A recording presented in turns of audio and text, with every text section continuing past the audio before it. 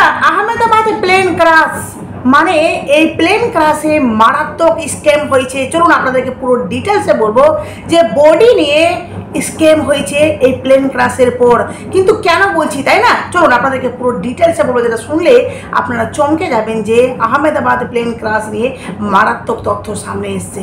চলুন প্রথমত আপনাদেরকে বলি যে এই যে আহমেদাবাদ প্লেনটি ক্রাশ হয়েছে মানে এয়ার ইন্ডিয়ার 171 বিমানটি যে ক্রাশ হয়েছে, যেখানে আমরা দেখেছি যে বিমানটি ক্রাশ হওয়ার সাথে সাথে একদম যতজন যাত্রী ছিল সাথে যতজন নিচে ছিল, মানে সেই মেডিকেল কলেজের উপরে যে প্লেনটি ক্রাশ হয় সেখানেও বহু মানুষ মারা গেছে, এমনকি সকলে একদম ছাই হয়ে গেছে। তাই তো তাদের মানে মুখ চোখ দেখলে বোঝাই যাচ্ছে না যে কে কোন বাড়িকার সদস্য, এমনকি তাদের বাড়িকার সদস্যগুলো চিনে বুঝতে পারছে না, মানে ওরা চিনতেই পারছে না যে কোনটা আমাদের লোক বা কোনটা আমার লোক। কিন্তু সেখানে কি করা হলো যে ডিএনএ স্যাম্পলের মাধ্যমে তাদেরকে চিহ্নিতকরণ করা হলো, তারপর তাদের পরিবারের হাতে সঁপে দেওয়া হয়েছে। তাই তো, কিন্তু তারও মধ্যে একটি মারাত্মক তথ্য সামনে এসছে, যেটা শুনলে আপনারা চমকে যাবেন, এমনকি এয়ার ইন্ডিয়া থেকেও মারাত্মক কথা বলা হয়েছে। চলুন আপনাদেরকে পুরো ডিটেলসে বলছি।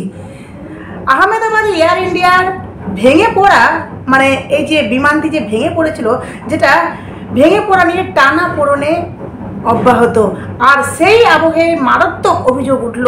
ব্রিটেনের 2 নিহত যাত্রীর পরিবার মারাত্মক অভিযোগ তুলেছে।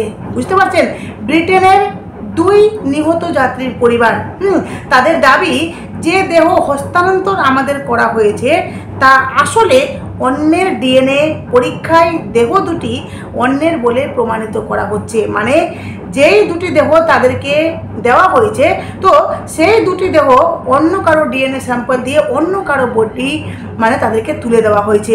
পরিবারের অন্য সদস্যদের সঙ্গে মিলছে না তাদের মানে ডিএনএ নমুনা। বুঝতে পারছেন, মানে সকলে কিন্তু এই যে বডি তাদের তুলে দেওয়া হয়েছে, তার মানে কি তারা সেই বডি নিয়ে সৎকার করবে? তারাও কিন্তু সেই বডিটাকে আবার দেখেছে, টেস্ট করেছে যে অন্য কারোর সঙ্গে সেটা মিলছে না। যেখানে ওরা বলছেন যে গত 12 জুন গুজরাটের আহমেদাবাদ ব্রিটেনের 53 জন নাগরিক সহ 241 যাত্রীকে নিয়ে লোকালয়ে ভেঙে পড়ে এয়ার ইন্ডিয়ার বিমান। লন্ডনে যাওয়ার পথে বিমানবন্দর ছাড়ার পর মাত্র কয়েক সেকেন্ডের মধ্যে ভেঙে পড়ে বিমানটি। বহু স্থানীয় মানুষ মারা যান দুর্ঘটনার কারণ নিয়ে এই মুহূর্তে কাটাছেঁড়া চলছে। আর সেই আবহে ব্রিটেন থেকে মারাত্মক অভিযোগ এলো, যেখানে ব্রিটেনের নিহত যাত্রীদের পরিবারের যাত্রীর পরিবার হয়ে মামলা লড়ছেন। ভাবতে পারছেন, এটা নিয়ে মামলা অবধি হয়েছে।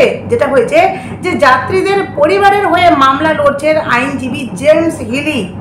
তিনি জানিয়েছেন আহমেদাবাদ থেকে ব্রিটেনে 12 থেকে 13টি মৃতদেহ পাঠানো হয়েছে। পয়েন্ট টু বি নোটেড, বলা হচ্ছে 12 থেকে 13টি মৃতদেহ পাঠানো হয়েছে। সেখানে ডিএনএ পরীক্ষা হলে 2 পরিবার জানতে পারেন যে মৃতদেহ এসেছে ভারত থেকে। সেখানে আবার ডিএনএ টেস্ট হয়, তার মাধ্যমে জানতে পেরেছে সেগুলো এসে গিয়ে ভারত থেকে। তা আসলে তাদের প্রিয়জনেরা নয়। পরিবারের সদস্যদের সঙ্গে ওই মৃতদেহের ডিএনএ মিলছে না। বুঝতে পারছেন, এখান থেকে যে টেস্ট করে দিয়ে দেওয়া হয়েছে এর মানে এখানেই শেষ নয় যে সেই বডিগুলোকে ওরা চিনতে পারছে না। মানে তাদের তো শুধুমাত্র কঙ্কাল ছিল, তাদের মুখ চোখ মানে কোনো কিছুই নেই। যেই ছবিগুলো সামনে এসেছিলো সেটা দেখে আমরা বুঝতে পেরেছিলাম। তো সেই হিসেবে ওনারা কিন্তু আবার গিয়ে বাড়িতে নিজের নিজের জায়গায় নিয়ে গিয়ে সেই বডিগুলোকে ওনারা কিন্তু আবার টেস্ট করেছে, যার মাধ্যমে পরিষ্কার হয়েছে, ওনারা বুঝতে পেরেছেন যে এগুলো আমাদের আপনজনেরা নয়। এমনকি যে আহমেদাবাদ ভেঙে পড়া বিমানটি ছিল আমেরিকার বোয়িং সংস্থার সর্দার বল্লভভাই প্যাটেল বিমানবন্দর থেকে ওড়ার কয়েক সেকেন্ডের মধ্যে বিমানটি কিন্তু ভেঙে পড়ে। জ্বালানি ভর্তি থাকায় নিমেষে আগুন ছড়িয়ে পড়ে। বিমানের যাত্রীদের মধ্যে বিশ্বাস কুমার রমেশ নামে একজন আশ্চর্যজনকভাবে প্রাণে বেঁচে ফিরেছেন। যেটা হলো রমেশ, যে সে বলতে পারেন যে নিজের সাহস বা একদম কিছুক্ষণের মধ্যে সে সিদ্ধান্ত নিয়ে ফেলে নিজের উপস্থিত বুদ্ধির জন্য সে হয়তো বেঁচে ফিরেছে। যাই হোক, সে চেষ্টা করেছে, সে নিজেকে একবার সুযোগ দিয়েছে যে মরতে তো হবে, হয়তো আমি মরে যাব, তারপরেও একটা চেষ্টা করে দেখি। সে লাভ দিয়েছে। যার জন্য সে বেঁচেছে, যার জন্য সে তারই কথা বলছেন যে কিন্তু লোকালয়ে থাকা অনেকেই দুর্ঘটনার শিকার হন, মানে যেখানে প্লেনটি ক্রাশ হয় সেখানেও কিন্তু বহু মানুষ মারা গেছে। দুর্ঘটনার পর আহমেদাবাদ সিভিল হাসপাতালে ডিএনএ পরীক্ষা হয় মৃতদের। সূত্রের খবর, ডিএনএ পরীক্ষা থেকে দেহ শনাক্তকরণ এবং দেহ হস্তান্তর এসবে যুক্ত ছিল না এয়ার ইন্ডিয়া। তবে এয়ার ইন্ডিয়ার কার্গো পরিষেবার মাধ্যমে আন্তর্জাতিক জরুরি পরিষেবা প্রদানকারী সংস্থা ক্যানন দেহগুলি ব্রিটেনে নিয়ে যায়। বুঝতে পারছেন? কিন্তু এত বড় ভুল হলো কি করে, সেটা বিরাট বড় প্রশ্ন উঠছে যে তাহলে এত বড় ভুল হলো কেন। এয়ার ইন্ডিয়া জানিয়েছে বিষয়টি নিয়ে তদন্ত চলছে, কিন্তু দেহ অদল বদল নিয়ে কোনো মন্তব্য করেননি ওনারা। মানে এয়ার ইন্ডিয়া থেকে কোনো রকমের মন্তব্য করা হয়নি যে দেহ কি করে বদল হলো। মানে বুঝতে পারছেন, এই যে এয়ার ইন্ডিয়ার যে 171 বিমানটি বিধ্বস্ত হয়েছে, যেখানে এয়ার ইন্ডিয়া থেকে অন্য বিষয়ে বললেও এই বিষয়ে কিন্তু কিছু বলা হচ্ছে না। এর আগে মৃতদের পরিবারের তরফে এয়ার ইন্ডিয়ার বিরুদ্ধেও মারাত্মক অভিযোগ তোলা হয়। এরকম জোর করে হাতে ক্ষতিপূরণ গুঁজে দেওয়া হয় বলে অভিযোগ করে একাধিক পরিবার, যেখানে এয়ার ইন্ডিয়া থেকে বলা হয়েছিল যে মানে এই যে মৃত যারা মারা গেছে, মানে যারা ছিল গিয়ে সেই বিমানের যাত্রী, এমনও যাত্রী আছে তারা কিন্তু সহ পরিবারে ওই যাত্রী মানে ওই প্লেনের যাত্রী ছিলেন, তারা সকলে একসাথে মারা গেছে। কিন্তু বলা হয়েছে এয়ার ইন্ডিয়া থেকে বিধ্বস্ত হওয়ার পর যে যাদের বাড়ির সদস্য মারা গেছে বা যারা যারা মারা গেছে তাদের সকলের পরিবারকে 1 কোটি করে টাকা তুলে দেওয়া হবে। 1 কোটির বিনিময়ে মানে এই যে এয়ার ইন্ডিয়া থেকে যেই অফারটা রাখা হয়েছে বা বলতে পারেন যে দাবি পূরণের কথা বলা হয়েছে, তো সেখানে এইটুকু বলা যেতে পারে যে এই যে দাবি পূরণ 1 কোটি, এটা হয়তো অনেক বড় অ্যামাউন্ট, কিন্তু আপনজনের থেকে বেশি বড় নয়। ওই টাকা দিয়ে যাদের আপনজন, যাদের প্রিয়জন, যাদের কাছের মানুষ হারিয়ে গেছে তাদেরকে ফিরিয়ে আনা যাবে কি? এর জন্য অনেক পরিবার কিন্তু এর প্রতিবাদ করেন যে এটা কেন। আজকে দেখুন যে এই আহমেদাবাদ প্লেন ক্রাশের পর আরও বহু প্লেন ক্রাশ হচ্ছে, একের পর এক তথ্য আমাদের সামনে আসছে যেটা একদম মানে পুরো হৃদয়ে টাচ করছে। কি হচ্ছে, নাড়িয়ে দিচ্ছে সকল মানুষকে যে আদৌ আমরা ভবিষ্যতে প্লেনের যাত্রী হব, প্লেনে যাত্রা করব, তো আমরা করতে পারবো? সত্যি আমাদের মন সাই দিবে না। যার জন্য অনেক পরিবার এর নিয়ে প্রতিবাদ করেন। এমনকি ব্রিটেনের আইনি সংস্থা সুইটার্স পরিবারগুলির হয়ে লড়াই করছে। তারা জানিয়েছে তাড়াতাড়ি জটিল আইনি প্রশ্নের উত্তর দিতে বাধ্য করা হয় পরিবারগুলিকে, অন্যথায় ক্ষতিপূরণ মিলবে না বলে দেওয়া হয় হুমকিও।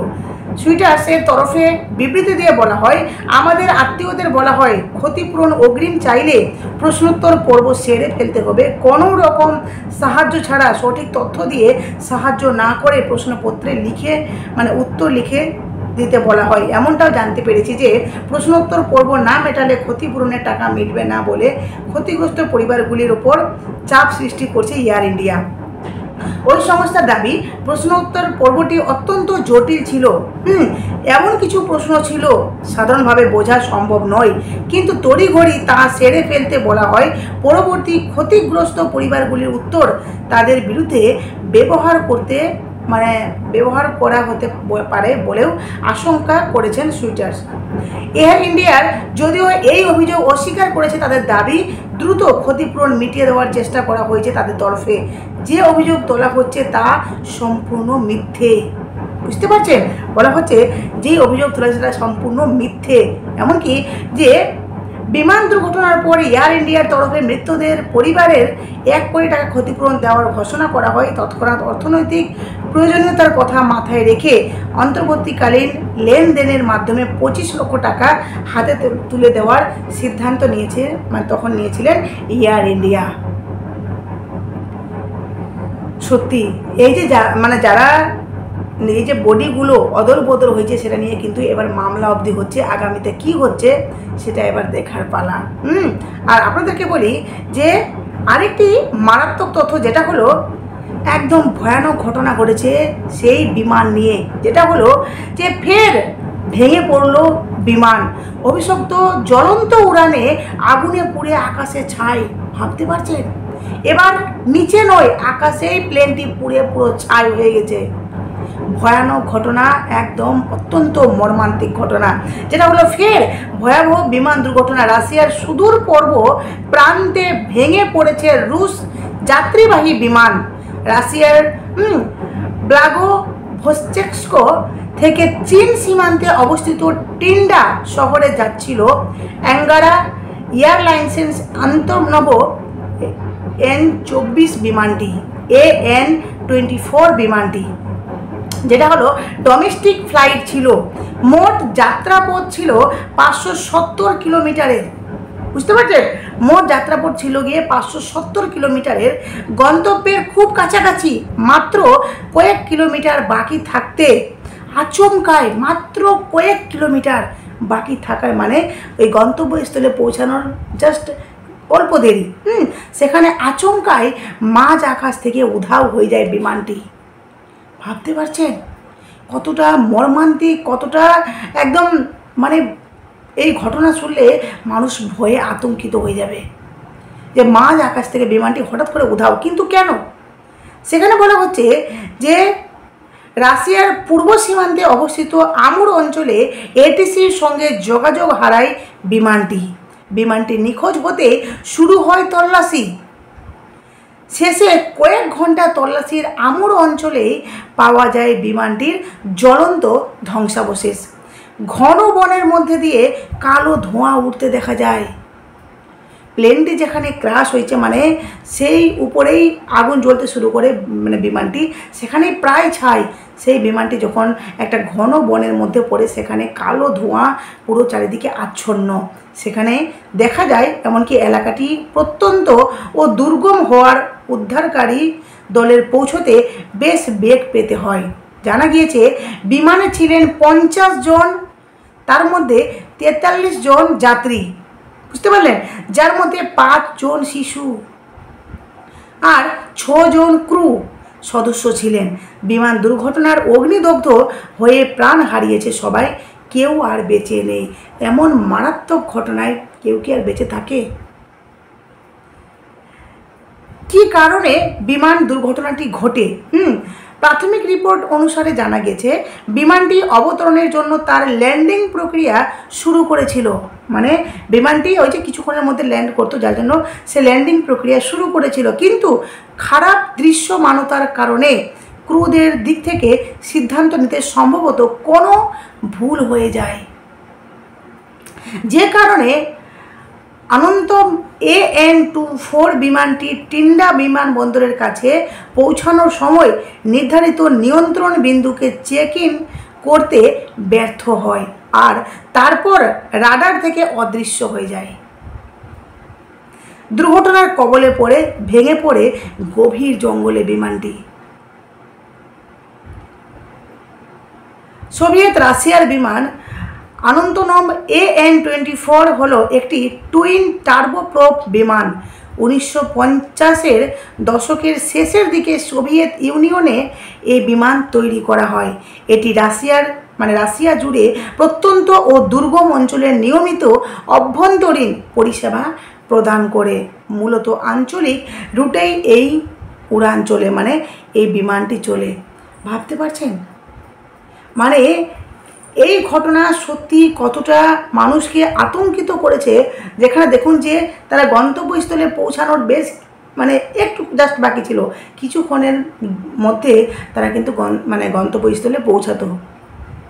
সেখানেই এই ঘটনাটি ঘটে, যে ঘটনার থেকে মানুষ আবার এইদিকে আহমেদাবাদের ঘটনাটা এখনও মানুষের মধ্যে দাউ দাউ করে, মানে এখনও সেই ঘটনা মানুষের মধ্যে রয়েছে দগদগে একবারে।